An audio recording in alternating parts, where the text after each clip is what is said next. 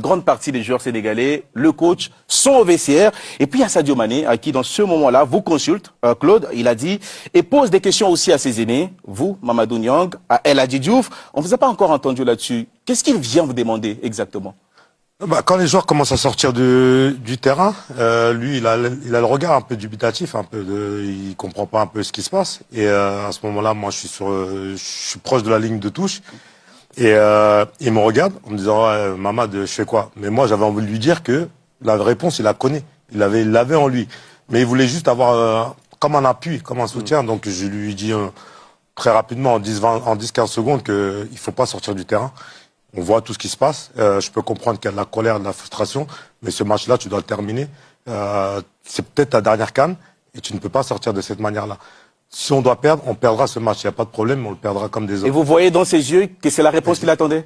Je vois dans ses yeux, c'est qu'il a la réponse qu'il avait déjà en lui. Oui. Qu'il avait déjà en lui. C'est-à-dire que même moi, quand on est au palais, il vient me remercier pour être venu lui parler, mais je lui dis non, t'as pas à me remercier parce que tu l'avais déjà la réponse. Mais comme c'est quelqu'un de très collectif, il était partagé entre suivre son groupe et son sélectionneur ou prendre ses responsabilités et dire au groupe de rester, et c'est ce qu'il a fait. Et la fédération sénégalaise dans tout ça, quel rôle a-t-elle joué dans le retour sur le terrain de l'équipe? Est-ce qu'une décision avait déjà été prise pour revenir avant les consultations de Sadio Mané à ce moment-là? Non, comme je l'ai dit, il y avait beaucoup d'agitation. Claude était sur le bord du terrain aussi, il voyait que ça partait un peu dans tous les sens.